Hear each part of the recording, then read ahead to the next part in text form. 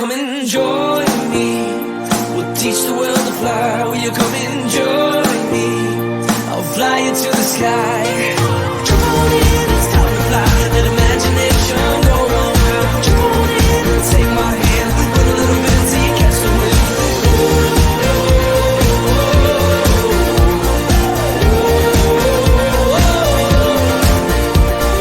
Run a little bit until you catch the wind.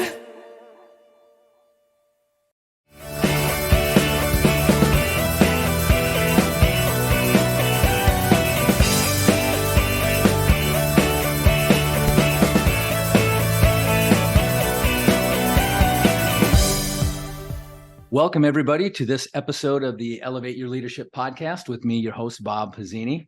If you've listened to the podcast in the past, you know that I love to have discussions with people who not only help me in my organization, but these are people who I know will bring value to you and your organization. If you listened to my last episode with Dr. Allison Tendler of the Restasis commercial fame, we talked about how hyperbaric oxygen therapy affects your vision. And I brought that up because I happened to be talking to an eye surgeon, and I also happened to be going through a 40-day hyperbaric oxygen protocol at the time. My guest today is Cara May Melton. She is the operator of Hampton Roads Hyperbaric, among the other things she's done in her life. And I'm going to go ahead and read her extensive bio because she has accomplished quite a lot and she's got a ways to go yet. Cara May Melton is a dynamic executive who has been applying expertise in business oversight, operations, and development over the last 18 years for early stage and startup organizations. She is an innovator and entrepreneur focused on solving consumer and business problems through the creation and delivery of inventive products and solutions. Melton has held C-level roles in for-profit and nonprofit organizations. Recently, her experience has been in starting and running multiple companies in the legal, health, and military verticals.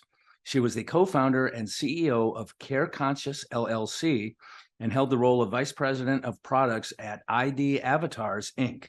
She is currently the co-founder and president of Heal the Warriors, Inc., CEO and president of Hampton Roads Hyperbaric Therapy, which is how I met her, and the CEO of Tidewater Hyperbaric LLC, as well as a principal at the Ripple Group. She's got a lot going on, I told you.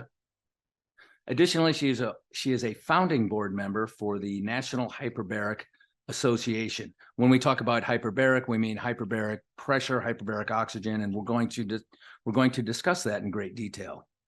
Melton served in the U.S. Navy for 5.5 years and was trained as a naval instructor. She holds a Bachelor of Science in Business Management and attended Le Cordon Bleu in Paris. That's the Blue Cheese Institute in Paris. Right. Wow. And held real estate licenses in New York and Virginia. In addition to her current focus on effective and efficient product development, Melton remains a passionate advocate and change agent for caregivers, our troops suffering from traumatic brain injury, and those who desire access to natural, effective health treatment options. Welcome, Cara May. Thank you. Happy to be here. So I just read a lot. You have done a lot. Holy cow. And, there's only so much a person can do in their life.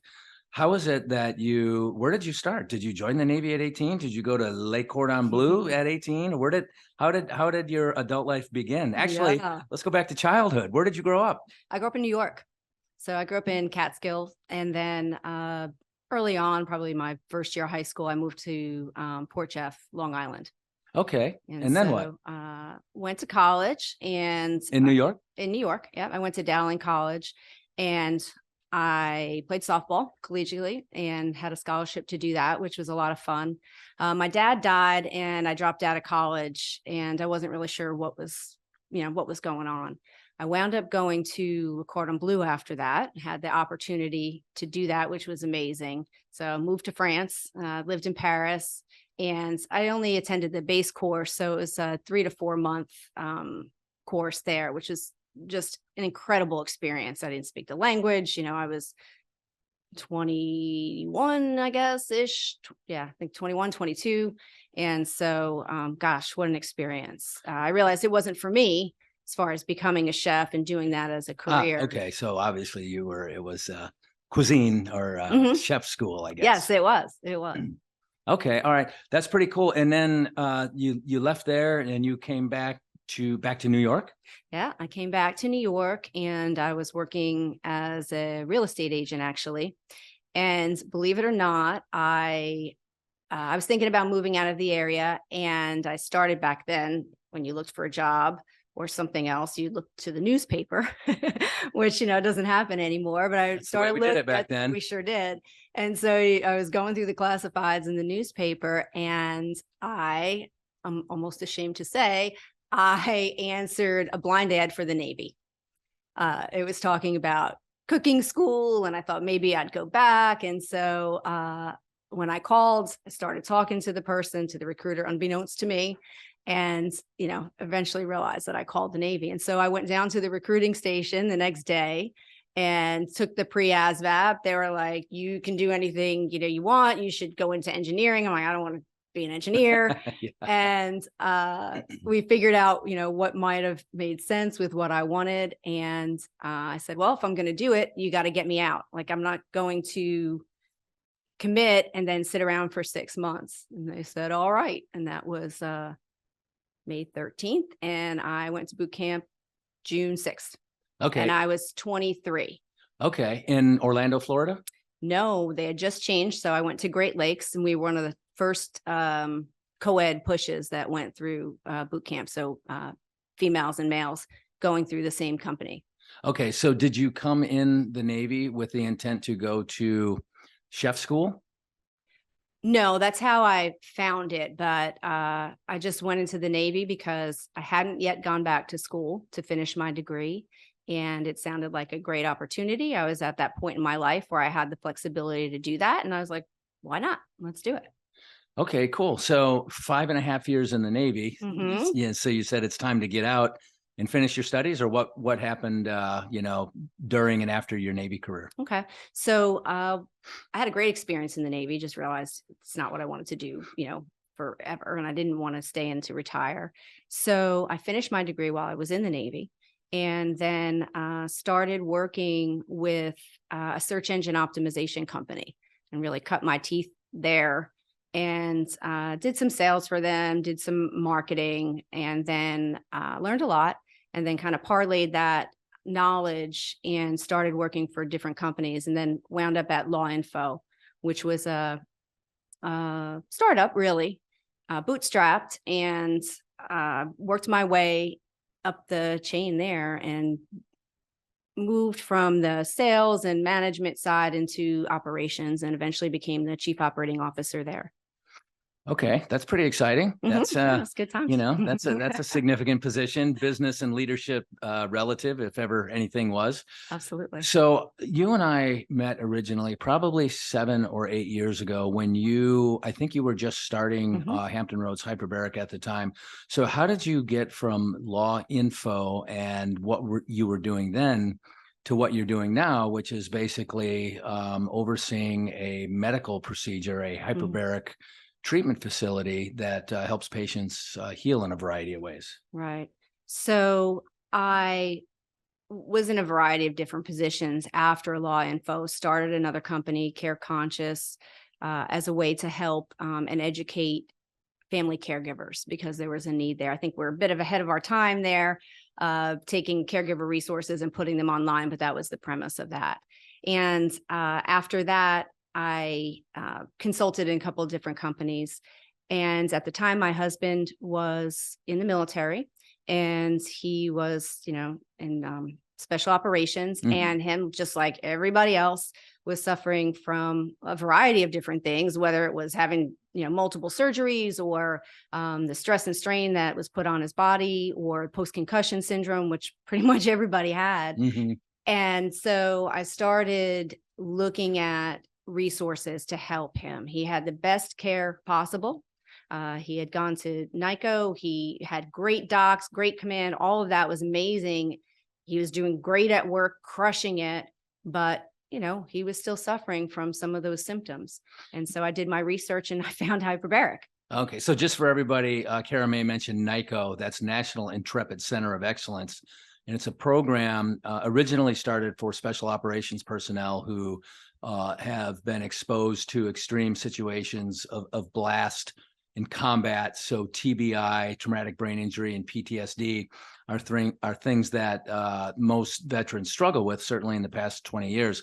And these centers of excellence, NICO, the National Intrepid Center of Excellence, is one of the facilities that was designed to have real meaningful treatments. And I'm glad you mentioned that. And I was lucky enough to go to the veterans equivalent, which is the Marcus Institute for Brain Health in Aurora, Colorado. But okay, please continue. Yeah. So that's how I found out about hyperbaric. And I thought, oh my gosh, this is fantastic. There have to be chambers all over the Hampton roads. I'm sure the military is going to cover it. We're going to do this. And then I quickly found out that that's not the case. There were only at that time 2 clinics in the entire state of Virginia that would treat for what is considered off-label. So insurance covers 14 different health indications. You can have a wound, a non-healing wound, or have acute carbon monoxide poisoning, things like that. Insurance will cover you to go to the hospital to get hyperbaric oxygen therapy. Well, TBI is not a covered indication, so we call it off-label. It's an off-label use of hyperbaric. And so there were only 2 clinics in the whole state that would treat for that. And one of them was here in Norfolk, Virginia. And so, but that wasn't your operation at the time. This was a different operation. It was the same operation under different ownership. Okay. And I know now Centera has a facility. Are there other facilities other than Hampton Roads Hyperbaric and Centera Hospital, Centera Medical Group? No, there's another hospital across the water in Hampton that has hyperbaric as well. And DePaul used to have it, but they don't have it anymore. Okay. So how is it that you acquired this operation? So once my husband got treatment and I got more involved with hyperbaric and I saw what it was doing, not just for him, but for all kinds of other people, not just TBI, but people with autoimmune issues, people with stroke, children with autism. It was really eye-opening for me. And I said, I really want to get involved. I want to help. And so I started volunteering there, left what I was doing to follow that passion. And then about 6 months later, bought the clinic with my partner, Sarah Stoltman, who was already working there at the time. Okay. So she's a partner in the clinic. Okay, Yes. great. Yeah. And so speaking of Sarah real quick, as a patient who finished treatment just last week, incredible staff you have there, Sarah in particular, helping facilitate the onboarding process and just a wonderful process for me overall. And I'll talk about the results of my treatment in a minute, but Sure. but let's go to, so you acquired and officially opened under your flag, so to speak, when? January of 2015. Okay. And started treatments immediately? Yes. Yep. It was seamless. Okay. And then I know in order for me to participate, there was a foundation behind it that was incredible. And I'll talk about them in just a second. But and you also talked about there's indications that insurance will reimburse. So who's your typical client?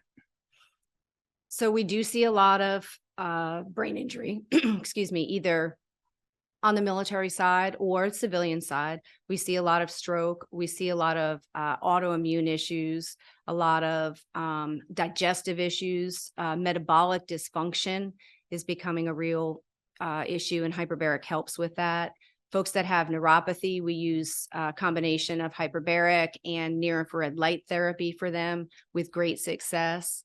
So unfortunately, what typically happens is people don't find us until they've exhausted all other options. And then it's like their neighbor's, dog sitter's best friend, brother had hyperbaric. You should try it. And then they find us. And so our hope and goal moving forward is that we can start to reach out to the community and that people can find us earlier in their illness or injury or disease so that they can prevent it from getting worse using hyperbaric.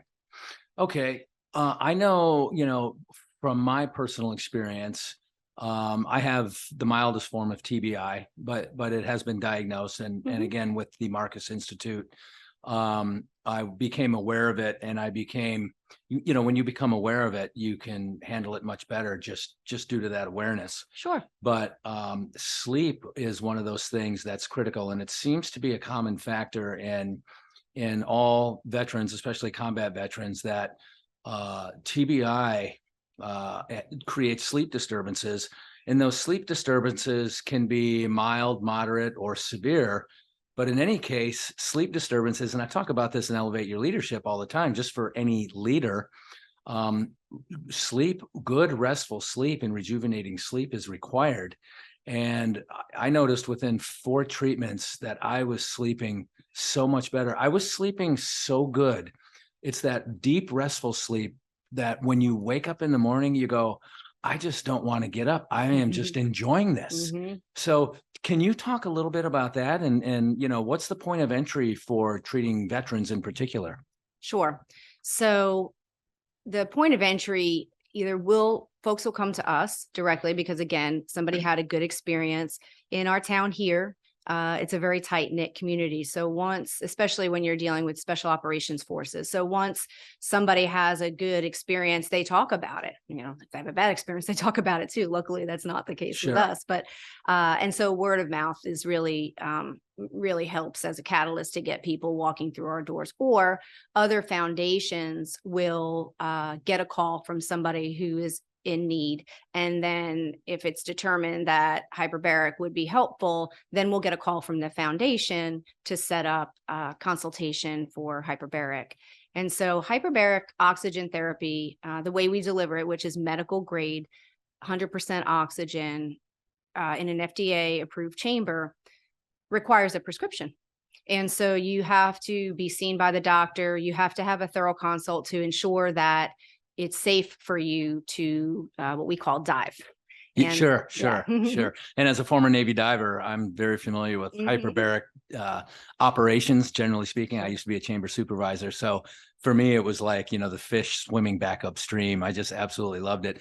For our viewers who are tuning into the video version of this podcast, I have on the screen right now a picture of Cara and her team sitting in the doorway or the entryway to the chamber. That's right. So you see roughly the size of the chamber. That cubic footage wise, do you know the size of the chamber? Oh my gosh, no, I should. Yeah. Everybody else would know that answer. Okay. But me. Okay. Because a lot of people, they'll say, oh, I'm claustrophobic and I really couldn't do something like that. And it's a sizable, there's good volume in the chamber. So I know I was treated generally with 2 other people, and there was plenty of room for all of us to be in there and receive our treatment. Actually, one of the people that I was treated with was a firefighter out of Fairfax, Stephen, super nice guy, a retired firefighter, actually, who was having issues with vertebrae healing in his back. Right. And so I think that was why he was being treated. And then when I was talking to Dr. Tendler last week, she, in addition to being an eye surgeon, she does medical procedures for health and beauty, anti-aging in particular. And when I mentioned that I was being treated in a hyperbaric chamber, she said that she was familiar with it because she has, researched hyperbaric chambers for anti-aging. And then we think back to the Michael Jackson thing, right? Right. So do you, do you have any prescriptions there? Sure. So there's a good study that a doctor out of Israel, Dr. Shaya Frady, did semi-recently over the last, I want to say 2 years or so, where he was testing the telomeres. And so telomeres are an indication of aging, and they get shorter as we age. And so he found that hyperbaric oxygen therapy helps to elongate the telomeres, which helps to increase anti-aging properties and health and wellness. So typically a protocol for health and wellness or anti-aging would start at a 20 treatment protocol. One of the things about hyperbaric that just kind of is what it is that it's not a quick fix. It really does require a time commitment. You know that. You have to come consistently Monday through Friday in order for it to work. It's a cumulative therapy. It builds on itself. So in order for all of the processes and gene, regulation and modulation and gene expression to change and occur, you have to continue to go, Monday through Friday. But it's a powerful anti-inflammatory, powerful antibacteria procedure. And so most of what we're dealing with nowadays is based on inflammation. So when we can decrease the inflammation in our body, we just have a better chance of having increased health and wellness. Yeah, and I can speak to the inflammation for sure. Mhm. Let's talk about the anti-aging aspect of it real quick. So, I did my full 40 dive protocol, and not once did I come home and my wife Julie said, "My goodness, honey, you look 20 years younger." So I'm still waiting for that. Okay. So hopefully that's going to happen. But to the inflammatory aspect of it, it's just ironic that when I was approved and started my treatment, and it didn't take very long, that process, thank goodness for Jill Christ and her foundation and the wonderful work they do here. And her, the reason she got into the foundation work is the same as you. Her husband was struggling and had a brief exposure to hyperbaric oxygen, and his conditions changed. They improved significantly very quickly. But when I started my treatment, I had a knee that was swollen to 2 to 3 times what a normal knee looks like, or what my normal knee looks like. And 4 treatments later, I had 95% resolution. And I was seeing an I was seeing an orthodoc at the same time and doing MRIs and all that, and they're talking about surgery. In this case, what's called a bipartite kneecap. My kneecap is basically broken. And they're like, this is a really complicated surgery. And 4 treatments later, I mean, when I would exit the chamber after the first 4 treatments, I had to hobble out. And the 5th treatment, I could actually stand up and walk out. So that was pretty cool. That's fantastic. Yeah, in terms of anti-inflammation. Mhm. Are there other, anti-aging, anti-inflammatory, what are some of the things you mentioned, like wounds that won't heal, but are there specific diagnoses in terms of insurance? Yeah, and you can find those on our website too, but a lot of the indications revolve around wound healing. And so a lot of times diabetics, for instance, will have diabetic ulcers, and there are these wounds and they just continue. They don't heal. They are under wound care for those wounds, and hyperbaric is part of that therapy. A lot of times we'll see folks that have wounds that don't qualify for insurance, but they find us, and then it's just a few treatments, really. It's not many if we catch it quickly. It's like, oh, it's not healing. That doesn't look exactly right. You get in the chamber, you do 5 sessions with something like that, and the wound starts to heal. It's pretty amazing. We see a lot of folks that can't heal after surgery too. And so I always tell everybody, anybody in my family or anybody that I know, if you're going under the knife, get in the hyperbaric chamber before and do a couple of sessions after. And it's really almost like an insurance policy that you're going to heal as well as you possibly can. That's remarkable. It really is. And I wish that it was more available. And it seems like the point of entry for availability is through the veteran community, to some extent anyway. But let's talk about that a little bit, because I know there was legislation recently up in Richmond, Virginia. We're coming to you from I Fly Virginia Beach in the state of Virginia Beach, Virginia. But Cara May has been up in Richmond for the last 3 weeks or so, helping push through legislation that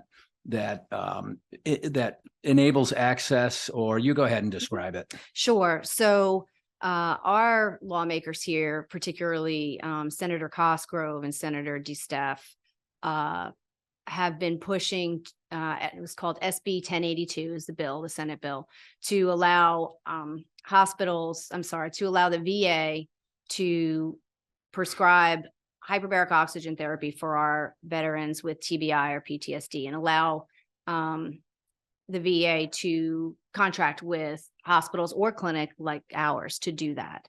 And so it was a really powerful piece of legislation, because it will open the door and unblock the pathway for our folks to get treatment. Right now, it's very, very, what's the word? It's just very confusing. The pathway is very confusing. We're in a state right now with veterans with TBI that it's really a mess. I always bring it down to 3 issues. You have the fact that we are self-medicating. And that can be anything, right? But you're self-medicating, you're self-managing your own care, which, most of us aren't really qualified to do. And then you're self-paying.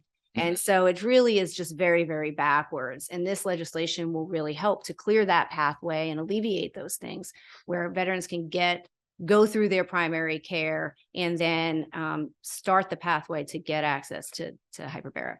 Yeah, that's critical. And just to clarify or expand on that for our listeners, Cara May and I both have careers exposed to the special operations community, specifically in the veteran community at large. So we see the self-medication, we see the self-care, we see the struggle, and we see the suffering. And it's not limited to military veterans, obviously. It's very prevalent in the broader society, but the veteran community is a very tight, organized community. So it's easy to see it when it happens, because we know what normal looks like, and then, or looked like, Right. and then we know what struggle looks like. And I have two very close friends who are both buried at Arlington, who took their own lives, unfortunately. And I'm sure you have, Sorry. similar relationships. It's terrible. And the way these struggles occur, some you can see from a distance, and in many cases, nobody had any idea. Why didn't you help that person? I had no idea they needed help. I just spoke to him yesterday, and he seemed like the normal person that he always was. So with this bill that passed, that enables care for veterans in the state of Virginia. Is that correct? Yes. And we'll be the 9th state. Once the governor signs it, we'll be the 9th state to allow that.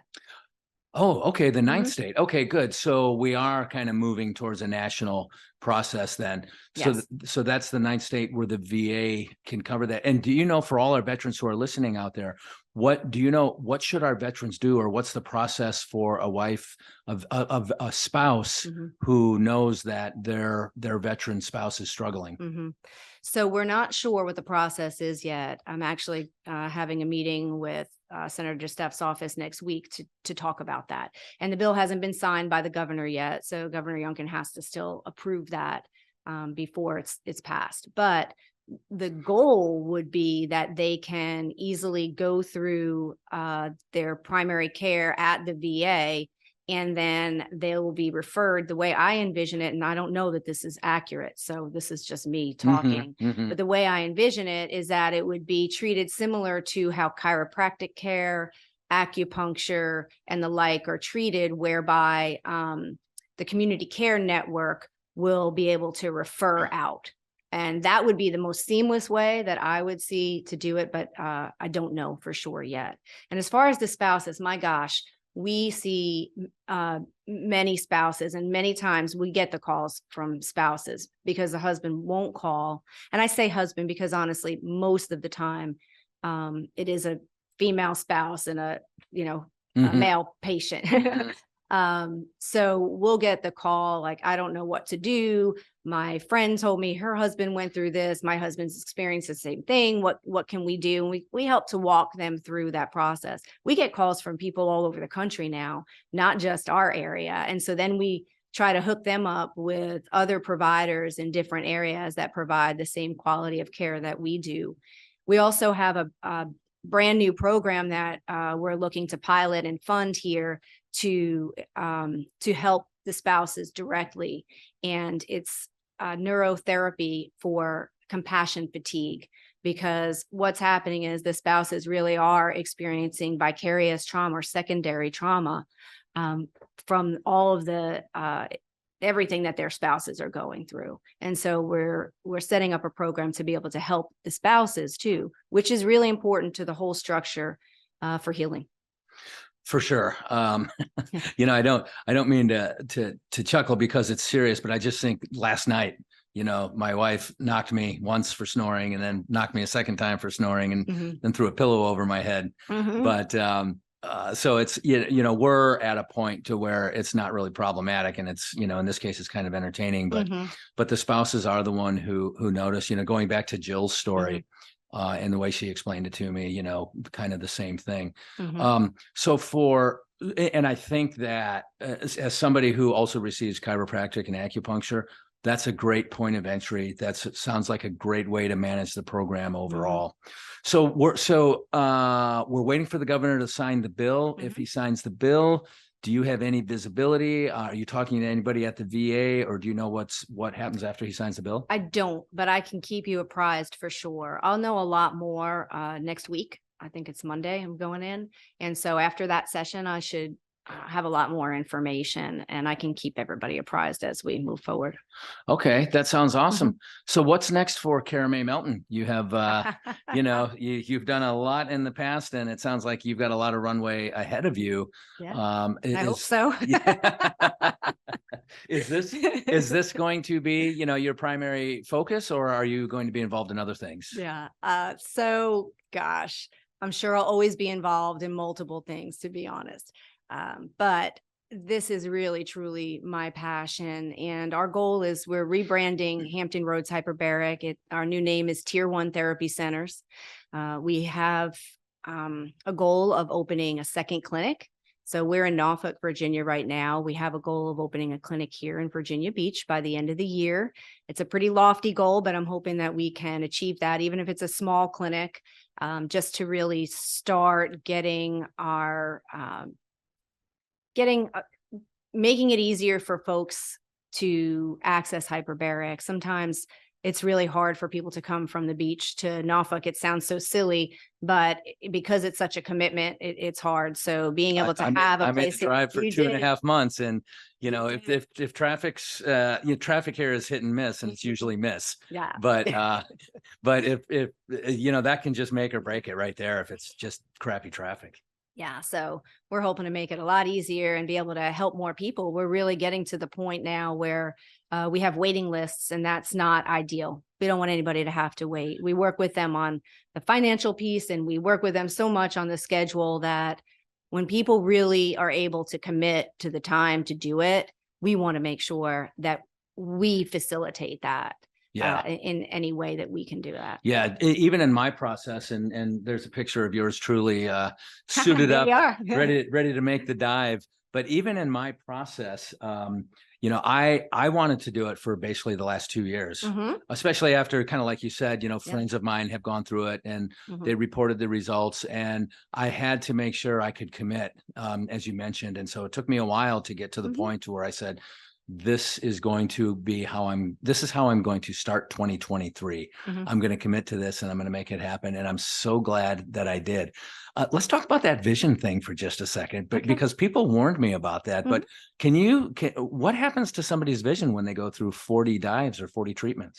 Well, because you're withstanding pressure every day, it can change ever so slightly the shape of your eye. And because of that, it could change your vision. So it could make it better, or it can make it worse. But most times, I don't know the percentage, honestly, but it's like a very small percentage of the time does people's vision stay the way that it was adjusted. So most of the time it goes back, is what I'm doing a very bad job of saying. Yeah. It's temporary. It's temporary. So whatever the adjustment is, if it's better or worse, it's going to be temporary. Exactly. We tell people, do not change your glasses. Like, don't go change your prescription, because most of the time it's going to change back. Yeah. The weirdest thing is, and I was told to expect, something with my vision, but since I was 47 years old, I've needed reading glasses, and that requirement went away after about the 10th or 15th dive. Exactly. But then my far vision, my distant vision, did deteriorate a little bit, not to the point to where I needed glasses to drive, but close. Right. And I'm now a week and a half post-treatment, something like that. And I feel it coming back to what it was before I started. Good. Yeah. So I see that happening. Okay. So what didn't I ask you? What did we not discuss that would be of interest to not only our leaders along business and leadership lines, but veterans in particular? Veterans in particular. I think the big thing is getting people the help that they need and meeting them where they are. I'll tell you one thing that I do hear, and this would be something important to talk about. People will come through our doors, or we'll talk to them, or somebody will recommend that they come to talk to us. And we'll say, okay, look, you are a candidate, or if they're not, they're not. But if they are, then they are some guys are very averse to taking help. So they say somebody else needs it more. So I will let somebody else have funding, or I will let somebody else, take my spot. And I think that I hope that we can get away from that, because it really does hinder their ability to heal.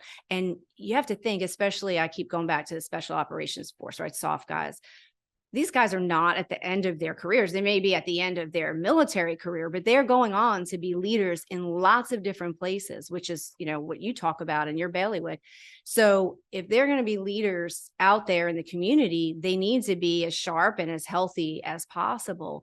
And so the whole mindset of, I'm not going to take help now because I'm going to give it to somebody else, really doesn't just affect their own health, but it affects their ability to be as on point as possible. So I would say I would love to see that, that kind of, it's not a stigma, but that mindset, I'd like to see that change a little more, because there are a lot of folks that really could use it, and they should understand that it's okay. That is a critical element of our job in special operations that you just tapped into. Whether you're going to go to free fall school or some advanced demolition school or whatever the school is, it's like, no, send so-and-so. I don't want to take that person's spot. Especially if you have a higher rank than that person, you feel like it's your duty to, create opportunities for the people that you're responsible for. And unfortunately, I've seen that have kind of the reverse effect. Leaders need to go attend, and they need to, in this case, receive this treatment. And I will tell you, the genesis for me was 3 or 4 years ago. I was sitting here looking at the same spreadsheet for the third hour going, what am I doing? I can't, I'm having trouble leading my own business. And it wasn't drastic, and people didn't come up to me and say, "Hey, boss, you're falling apart." But I felt it, and I just didn't have the energy and the efficiency that I had just a couple of years earlier. And then when I learned about the Marcus Institute, my thought was initially the same: as there are people who are much more severely affected that this would benefit.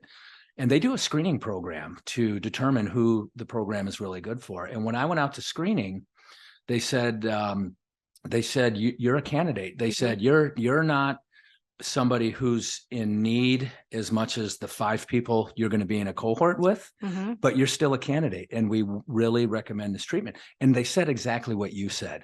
They said, if you want to be effective in your post-military career for the greatest amount of time, if you want to have the greatest effect over the greatest amount of time, then this treatment program is for you. So sorry to ramble on and run the discussion, but I just think this information is so critical for veterans. Again, I have had the tremendous benefit of being the recipient of these programs, and yours being the most recent one. Right. It seems like every time we finish one, then that leads to 2 or 3 others that are incredible. So, Cara May, anything else? What did we leave out? Gosh, I think we covered lots. Okay. I think we do have to focus on the spouses. We can't forget that. I think that's a really critical piece.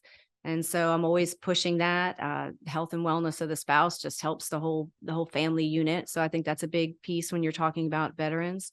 And really just trying to help everybody be healthier, be the best version of themselves. And I think it's kind of baloney when they say, well, too bad, get used to your new normal.